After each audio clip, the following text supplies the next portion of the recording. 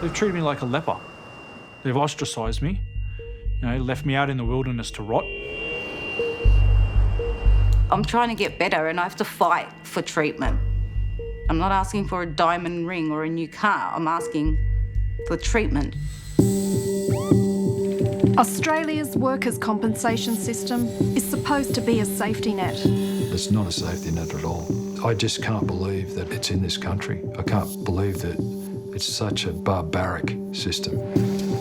I felt totally worthless because I was in no state to return to work, and yet they were dropping me from the system. The schemes are bleeding money, and injured workers and their employers are paying the price. The decisions that I've seen in our investigations are not only unjust and unreasonable and wrong, some of them are downright immoral and unethical. With tens of billions of dollars at stake, workers' comp has become a gravy train for insurers and consultants. You can just imagine how many people and organisations are circling around that pool of money and trying to make a buck out of it. All these people have their snout in the trough. It's a disaster, a mitigated disaster. Tonight, in a joint investigation with the Sydney Morning Herald and The Age, Four Corners opens the books on Australia's two biggest workers' compensation schemes. We meet the winners and the losers and examine insider claims of systemic abuse and some scandalous practices.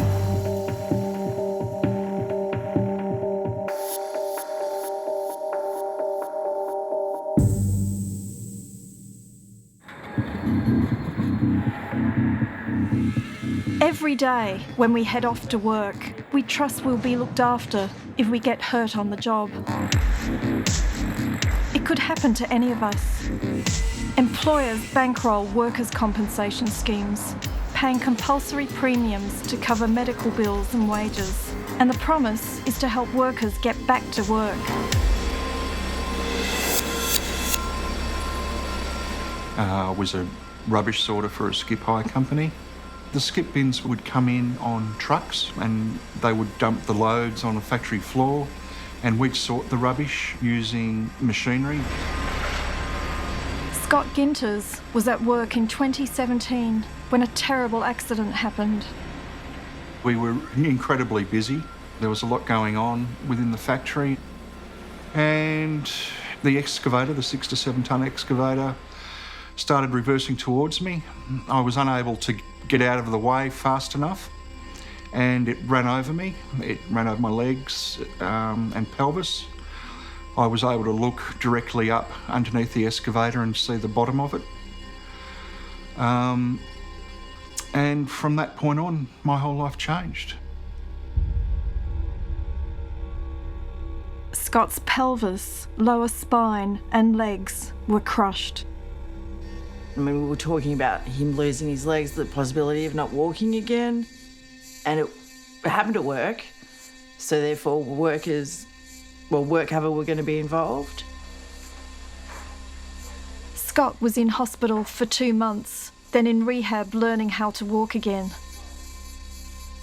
When he eventually came home, his struggle with the workers' compensation system created enormous stress. I've had problems with getting reimbursement on some bills, delays in getting payments. I've had considerable delays or the stretching of time frames for certain things. You end up feeling like just giving up and letting a lot of those decisions go by the wayside, and because the fight that you have to constantly do is unimaginable. Every day it was a fight, and those periods of time when you weren't fighting, or when I wasn't fighting, I was lying in bed with the doona surrounding me in a cocoon. Scott's case was handled by Allianz Insurance, one of 5 agents used by the Victorian Government's WorkSafe Authority under its workers' comp scheme, WorkCover. He says it was a constant battle to try to get Allianz to approve the medical treatment he needed. It was heartbreaking to watch because he would spend any bit of energy trying to get well, but trying to get decisions in his favour, and just at every turn was blocked or denied, or, well, we haven't received that bit of paperwork, or we haven't had this signed off, or no, they haven't approved that. The only way that they can make money is to save money. 2 years after the accident, Scott was still suffering severe pain and his mental condition had deteriorated. And then came a bombshell. After careful consideration, based on the information available, your entitlement to weekly payments will cease from the 24th of August 2019.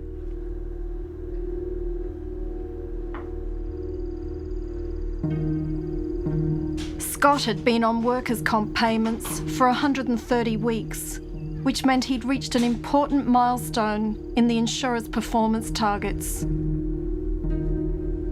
What Scott didn't know was that agents such as Allianz are paid financial incentives by WorkSafe when they close cases. I felt totally worthless because I was in no state to return to work, and yet they were dropping me from the system.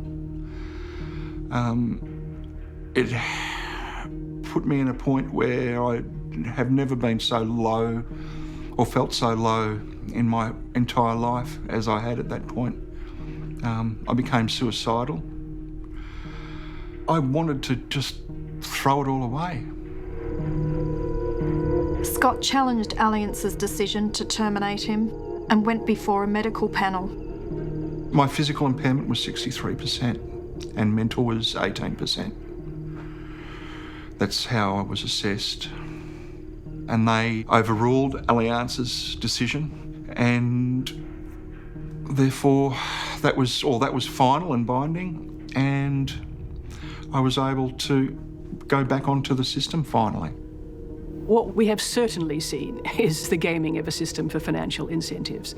There are a series of moments in time when there is an incentive for the agent to return that worker to work. So they're called return to work incentives. There is an incentive, for example, for somebody to return to work at the 130-week mark. Now, if you're a seriously, and in some cases catastrophically, injured worker, the incentive on the agent is to produce some form of medical evidence that allows them to terminate the claim at that point. There is an incentive for them to do that. Victorian Ombudsman Deborah Glass has conducted 2 separate investigations into WorkSafe. She found agents were doctor shopping and cherry-picking evidence to terminate claims. Within my legislation, I can express an opinion that something is unreasonable, unjust, or wrong. What I saw was, in some of those cases, was downright immoral and unethical.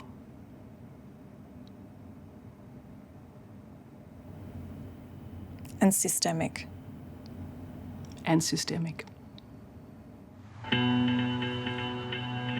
The Ombudsman examined internal emails that reveal how some insurance agents treat the people they're supposed to be protecting.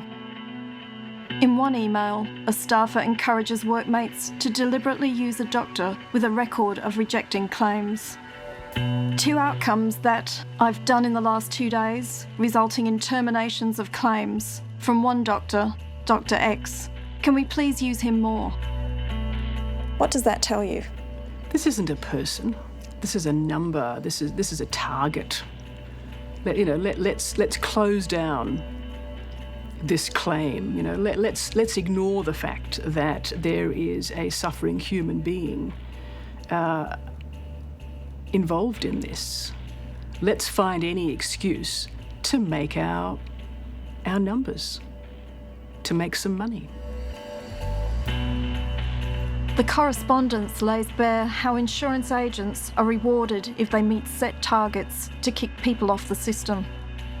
In this email, they had their eye on a hefty bonus. We cannot take our foot off the accelerator, as maximum reward for this measure is currently worth $687,000. We can do this.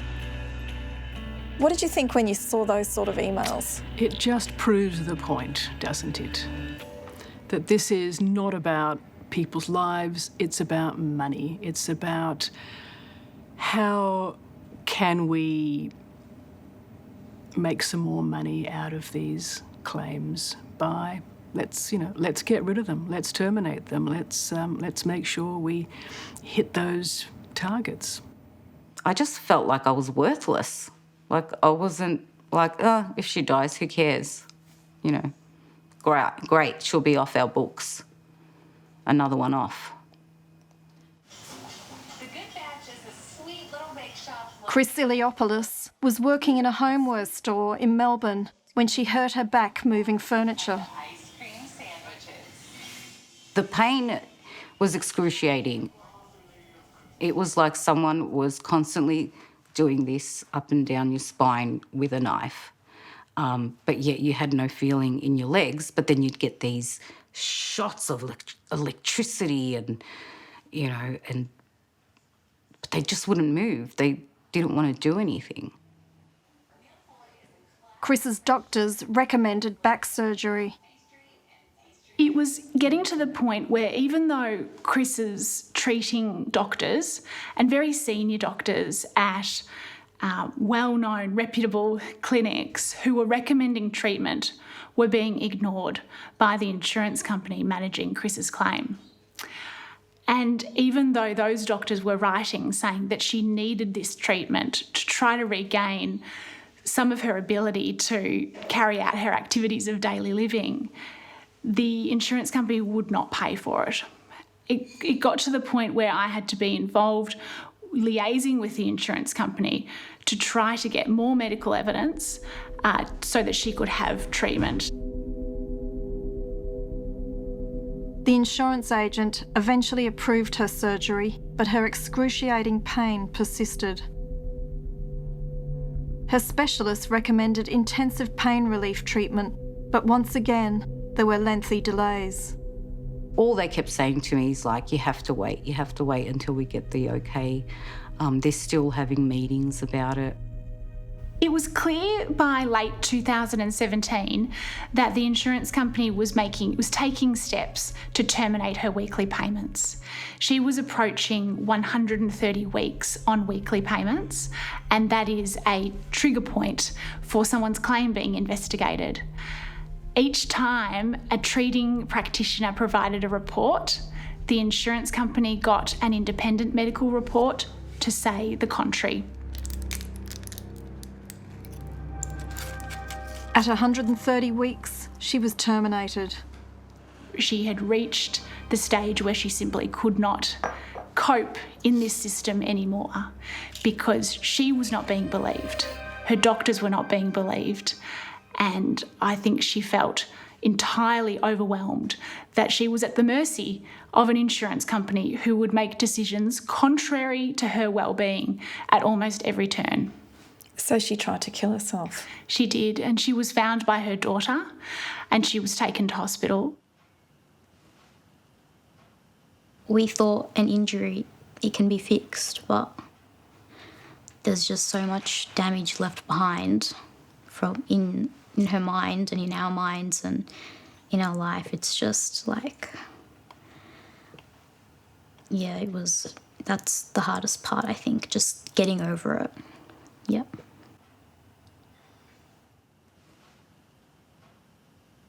Chris went before a medical panel to appeal her termination, and the decision was reversed.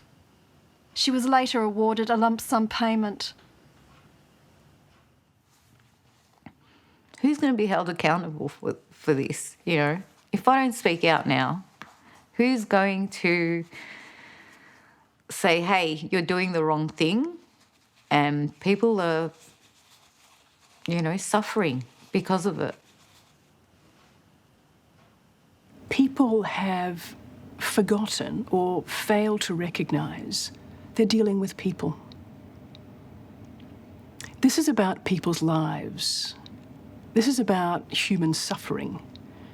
And what you see are references to numbers and files and claims.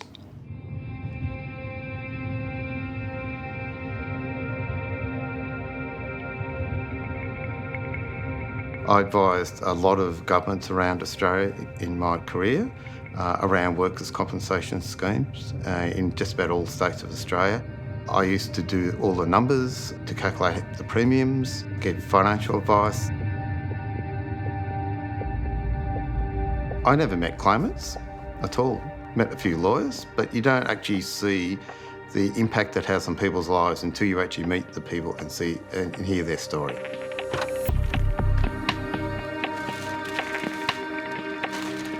Peter Mccarthy spent 35 years inside the workers' comp system as a key financial advisor for major firms and regulators. Hi Greg. Hi Peter, how are you today? Now retired, he does charity work taking food to people in financial stress. I bought a couple of hampers here for you. Thank you very much. Some have been thrown off the workers' compensation system. Some Woolies vouchers. Thank you very much. Do you want a hand taking the stuff in? Yes, please, if you wouldn't mind, they're really heavy.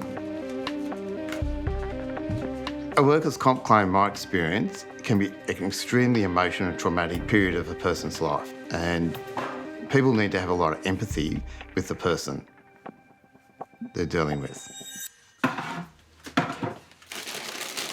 Through his volunteering, Peter met Greg Damon, who's been unable to do his job after a serious injury on a construction site more than a decade ago. I had chronic pain. So pain up my neck on the left side, the side of my head on the left side, down my arm, and down my torso, and also down my leg. I get flare-ups, so it sort of goes up and down all the time. It's constantly there. He used to ring up and ask for help in paying his bills, like electricity. He didn't have enough money to buy food, so we'd go around and take hampers and give him food vouchers. Greg Damon was thrown off workers' comp payments in 2017 as part of reforms to make the New South Wales scheme financially viable. I've got mental health problems now. I don't know what my future's going to be. It doesn't just affect my work life, it affects my whole life. It affects my social life. I'm single, which I don't really want to be single, but I've said to myself, no woman would want to be with someone like me that hasn't got a future. Do you think the system let him down? Absolutely let him down to a terrible extent. It's ruined his life. It's ruined his financial well-being, and it's ruined him socially, and he's very depressed about it. iCare Workers Insurance protects more than 320,000 businesses. In New South Wales, iCare is the principal workers' compensation authority. It was set up by the state government in 2015 to replace the old work cover scheme, which had racked up a $4 billion deficit. We care for more than 60,000 injured workers each year. When you hear the word iCare, what do you think? I cringe. I don't like the word iCare. What a name. They don't care. They just don't care.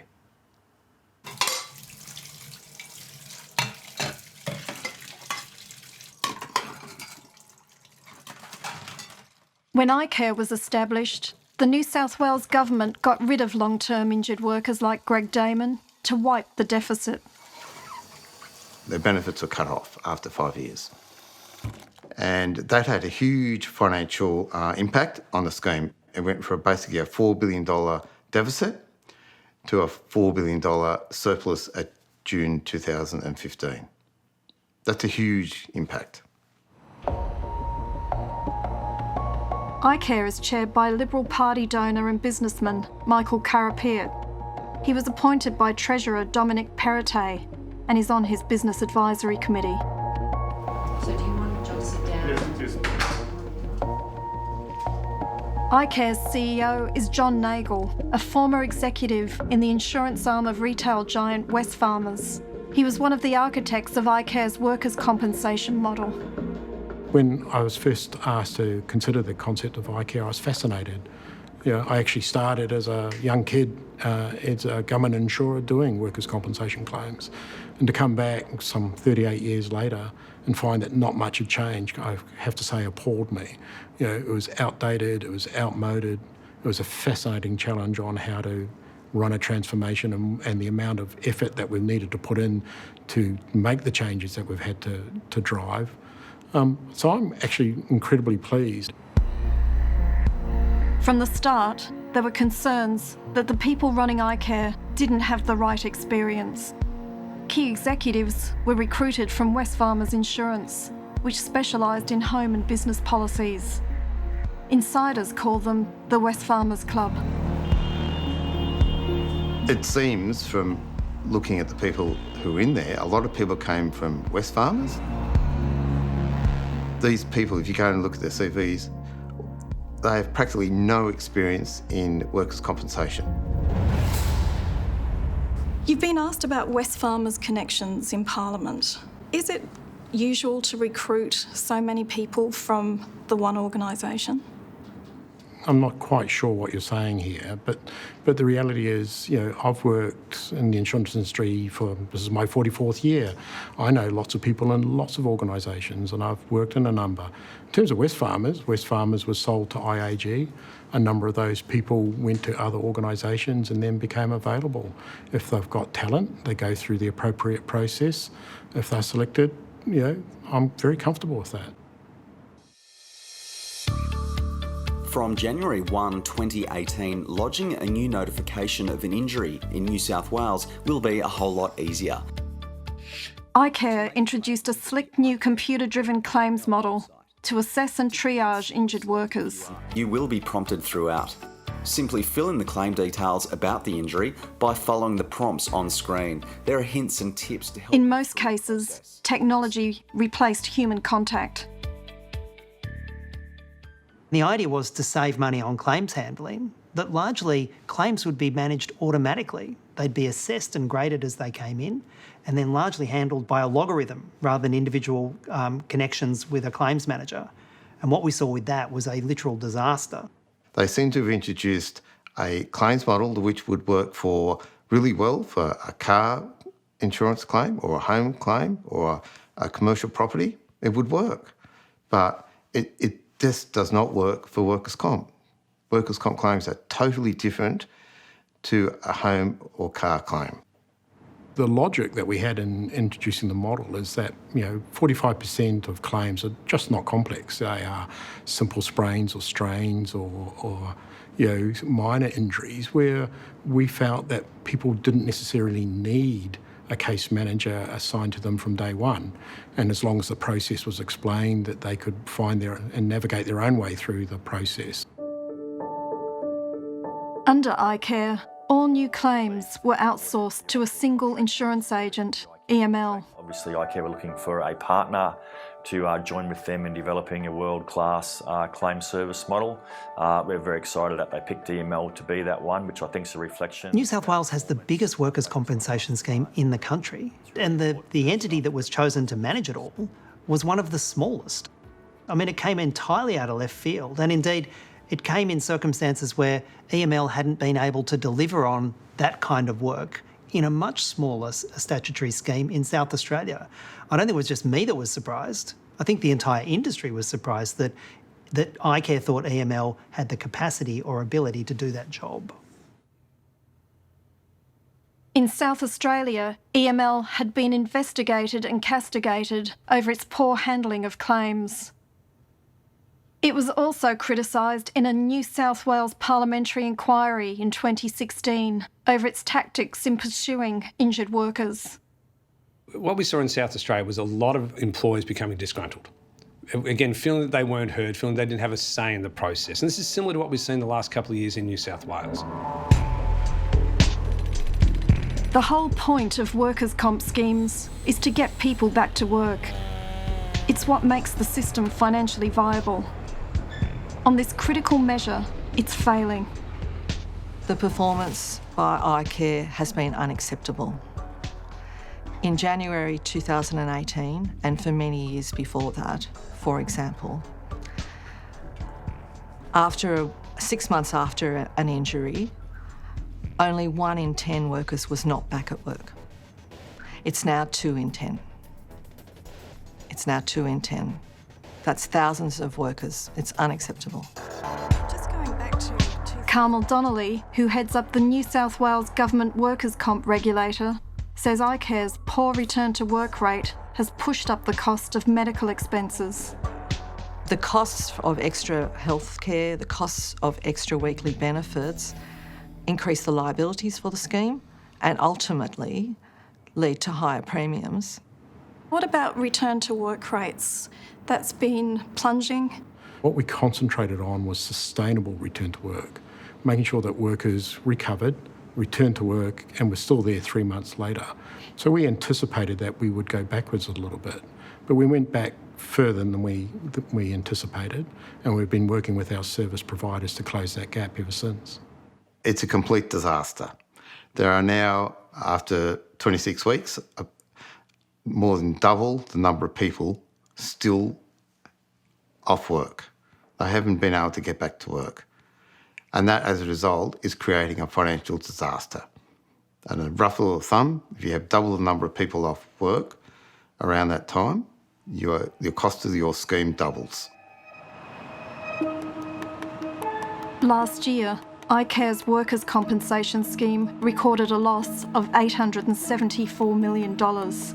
Since 2015, it's blown more than $3 billion. It's definitely a grave concern. There are performance around return to work and about finance is unacceptable, the financial position. There needs to be action. The New South Wales opposition recently obtained a tranche of internal government documents relating to iCare. Peter Mccarthy helped Four Corners sift through the massive document dump. This is really interesting. There's been a huge increase in site claims. The documents reveal multiple warnings about a looming financial disaster. As early as June 2018, Treasury notes the regulator has become increasingly concerned about the financial viability of the workers' insurance scheme. A year later, the regulator warns Treasury the capital position has deteriorated significantly. And earlier this year, the regulator tells Treasury officials liabilities are now greater than their assets by $459 million. Also buried in the pile is a Treasury note from March saying the fund's solvency is at risk. The scheme is heading for a financial disaster, and it was heading for a financial disaster before the COVID pandemic hit. As it is, for the last few years, the surplus has been dwindling. It's only now a matter of time before the scheme plunges in deficit. When that happens, iCare or the government will try to either cut benefits further and make injured workers pay for these mistakes, or increase premiums on employers and make employers pay for these mistakes. Peter Mccarthy believes it's even worse than the documents indicate. I'm saying the liabilities are undercooked by about $6 billion. Money they don't have. Does the fund have solvency issues? Some funder hasn't any solvency issues. Look, solvency can be measured in many ways. In a political sense, it's very narrow. It's a funding ratio, which is merely a point-in-time exercise. As I mentioned before, when you look at the risk of ruin, we know that we're ample funds for the next 10 years if we do nothing. So you're not concerned at all at the finances of iCare? Not particularly. I'm always concerned about the next 100 years, the next 40 years. That's the period we have to consider. Just to interrupt you, Treasury has written notes saying that iCare has an overly optimistic view of its finances. Isn't that another polite way of saying spin? I don't believe so. I haven't seen the note from Treasury. So, yes, we may have a bias towards positivity, but I don't think that bias towards positivity is silly. It's just a reality that, we are a unique organisation. Any of the large fund schemes in Australia have the same scenario. We invest for the long haul, we price our products for the long haul. Also revealed in the documents is another debt bomb. A Treasury briefing note from March this year reveals 52,000 people have been underpaid an estimated $80 million in claims benefits. That would rank as one of the biggest wage underpayment scandals that Australia has seen, and it certainly is the biggest example of underpayment in Australia by an Australian government. How long will it take to repay the workers? We believe it's a massively complex issue, so at least another 6 months. We're now ready to contact workers who we've identified. But the number is, we believe, somewhere between 5,000 and 10,000 workers are actually impacted. So you're challenging the $80 million? Absolutely. Despite the massive losses, remuneration for iCare's executives has risen exponentially. So in 2015, prior to iCare being created, there were 2 people who had an average salary of $305,000. 2 people. They now have 45 people, a 22-fold increase in number of executives who receive, on average, $300,000 or more. So the total remuneration has increased from $611,000 in 2015 to now almost $18 million. That is a 30-fold increase in the salaries of senior executives in iCare. That's just unbelievable. A confidential Treasury briefing says iCare's executive team is likely the highest paid in the New South Wales government sector. Just turning to salaries, can you tell me how much you earn? Look, my salary and all the salaries in iCare are determined by our board. No, I'm asking how much you earn. We're not part of the government employment sector, so our board has actually determined our salary And what range. is that salary? I'm not releasing that on public television. I don't need to. Senior executives are also paid bonuses if they meet so-called customer satisfaction targets. What about bonuses? Did you get your full bonus last year? I didn't get a full bonus last year, no. How about this year? I don't know. The board will make that determination once the accounts are finalised in normally August, September. Given the performance of iCare, do you believe it's appropriate to get a bonus? As I say, the board assesses us against everything we do in iCare. Questions are also being asked about how iCare awards contracts. So I checked the database and I saw that on one day, iCare listed 181 contracts on the public database, 170 of which never went to tender. I've never seen any government agency list so many contracts on one day in breach of the law, and I've never seen any government agency report this many contracts not going to tender. In 2016, iCare awarded a contract without a tender to a small New Zealand company to develop a tool to measure customer satisfaction. I don't understand why they had to go to New Zealand to actually find someone to implement it in iCare in New South Wales, when there's lots of firms who actually can do that. iCare consultant Tony Pescott managed the project, which was worth $11 million. A year after the contract was signed, he lodged a conflict of interest form, stating that his son owned the New Zealand firm. Company searches by Four Corners revealed there was more to it. At the time Tony Pescott signed the conflict of interest declaration, he was a major shareholder in his son's company, Perceptive. That's a huge governance issue and conflict of interest. How on earth iCare let that happen is just unbelievable. Tony Pescott told Four Corners he held shares on behalf of a family trust and received no financial benefit. You signed off on Tony Pescott's conflict of interest declaration. Were you aware he owned shares in Perceptive? I wasn't aware that he owned shares. I was aware that his son was at Perceptive.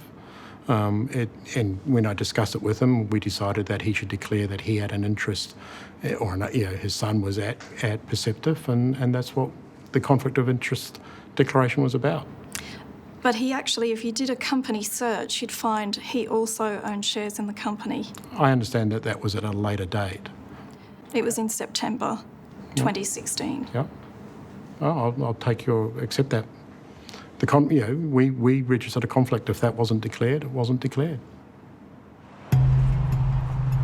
iCare later told Four Corners that in 2018, the New South Wales anti-corruption watchdog ICAC asked about Tony Pescott's relationship with Perceptive.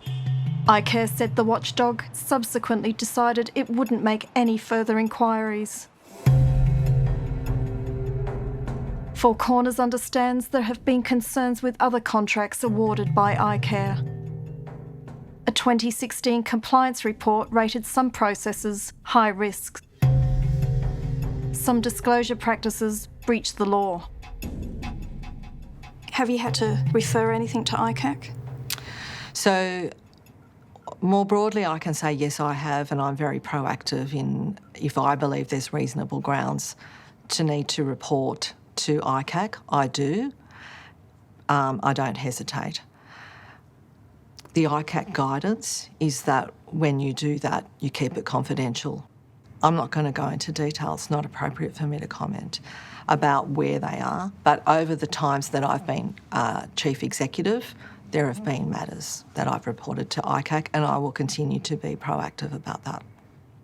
Are you aware that the regulator has referred some matters relating to iCare to ICAC? I'm not aware that they've referred that. I'm one individual going up against an entire system. They've got billions of dollars behind them. They've got unlimited resources. And what do I have? I have absolutely nothing. I'm trying to fight against, all these multiple parties all at the same time whilst dealing with a mental incapacity. It's like being in a boxing match with one arm tied behind my back. Brett Fitzpatrick is on a mission to expose how the workers' comp system is stacked against workers. The former prison guard and two of his colleagues lodged a claim of bullying and harassment by their employer, Corrective Services. A series of doctors agreed Brett had suffered a work-related psychological injury. Unbeknown to me at the time, my employer had instructed the insurer to decline the claims. A forensic investigation by consulting giant KPMG revealed the tactics used to reject the prison guard's claim. The report documented a conversation where Corrective Services told the insurer the claim should be declined, so the claimant would be left short of money and has to return to work due to financial hardship. Sometimes it's cruel to be kind and gotta hit them in the pocket, and when he's not getting any money and he's married with kids and most probably his own home, he's most probably got to think, well, fuck's sake, I've got to do this. QBE replies, yeah, I think he's close to that now. My employer and the insurer were just openly talking and laughing about the fact that they were going to decline these claims and how they would go about doing it. That to me indicates that this perhaps is systemic. They didn't try to hide it at all. They're playing with people's mental health, and to them it's just a game. We've been told the draft report was watered down. Well, if you take out speculation and rumour, you'd have a change in the report. The earlier version, my understanding of that report, the reason there were two reports, the first version contained information that was basically just hearsay. So we asked KPMG to just stick to the facts that were actually available, and so they had to amend their report. Do you think, from what you've heard of him, that he's been grossly mistreated? I've ordered an investigation, a comprehensive investigation and claims audit into his claim and some others. It's a very thorough investigation. I mean, I can't tell you how many times in the last 5 years I've been knocked down. And as the years go on, the more times you get knocked down, the longer it takes to get back up. All of this has taken a huge toll on Brett Fitzpatrick. He uses a cold water immersion breathing technique to help deal with his depression and anxiety. Once you go into the cold water, you're not thinking about your case anymore. Your mind just becomes pure. All you're thinking about is how cold it is. I'm not thinking about the outcomes of my case. I can stop the voice in my head that's strategizing and trying to plan the outcomes and possible scenarios in the future. It centers you. iCare is shaping up as one of the country's worst financial bungles. In 5 short years, it's blown billions of dollars of employers' premiums, yet its management team appears tone-deaf to criticism. So who's ultimately in charge of iCare? Who's calling the shots here? Ultimately, the iCare board is responsible for iCare and they're quite an independent organisation. Who is responsible for the board? Is there someone in charge who can actually get rid of the board? My understanding is that it's their responsible minister who appoints the board. So the Treasurer? And they report to the Treasurer. The government, I think, has no choice but to sack the board, and they need to put a new board in there and get people who actually understand this business. That new board needs to sack the executive team at iCare and get some people in there who actually understand the business and how to manage claims and unwind this disaster, this mess. With iCare drowning in red ink, Peter Mccarthy believes employers will be tapped for more money. Employers' premiums are probably going to have to at least double to fund the problem. That's a huge impost on the current New South Wales economy when it's really struggling from the coronavirus impact, the bushfires. It's money, if they increase the premiums to this extent, a lot of the employers will go out of business. If employers are forced to pay higher premiums for deteriorating outcomes, they'll be forced to close down. There'll be a point where they cannot continue to cover those costs and operate. Employers run this country. They keep it going. They provide work for our workforce. They put food on people's tables. They put roofs over people's heads. With what's going on at the moment, we will need every employer operating to get us out of the situation we've been put in through COVID-19. Four Corners also understands iCare recently proposed to aggressively remove the number of people covered under its workers' comp scheme. Have you heard that iCare earlier this year were calling insurance agents to target up to 13,000 workers who've been on workers' comp for up to 2.5 years under a section of the law? I have recently heard that. It's the first I've ever heard of that. Carmel Donnelly is aware of it. I'm not sure where she's got that information from. There wouldn't be 13,000 workers who would be eligible to have that application applied to them. I don't understand where that information would come from. The workers' comp safety net is being undermined by greed and broken promises. Regulators with too few powers and governments too slow to reform. This is a system in crisis. Injured workers are getting sicker and employers are left holding the bill. I think people need to be able to trust that all the organisations in the system are there to support injured workers. I think the turnaround needs to happen. It needs to be paid urgent attention. We need to help people recover, get back to work, get back to their life. The performance of iCare is a grave concern to me. absolutely a grave concern. It could be any one of us. Anybody could find themselves in this position. Workers' comp is meant to be a safety net. It is part of that social obligation by the state to ensure that people who are injured at work are not only appropriately compensated but appropriately incentivised to go back to the workplace. It's vital that we get this right.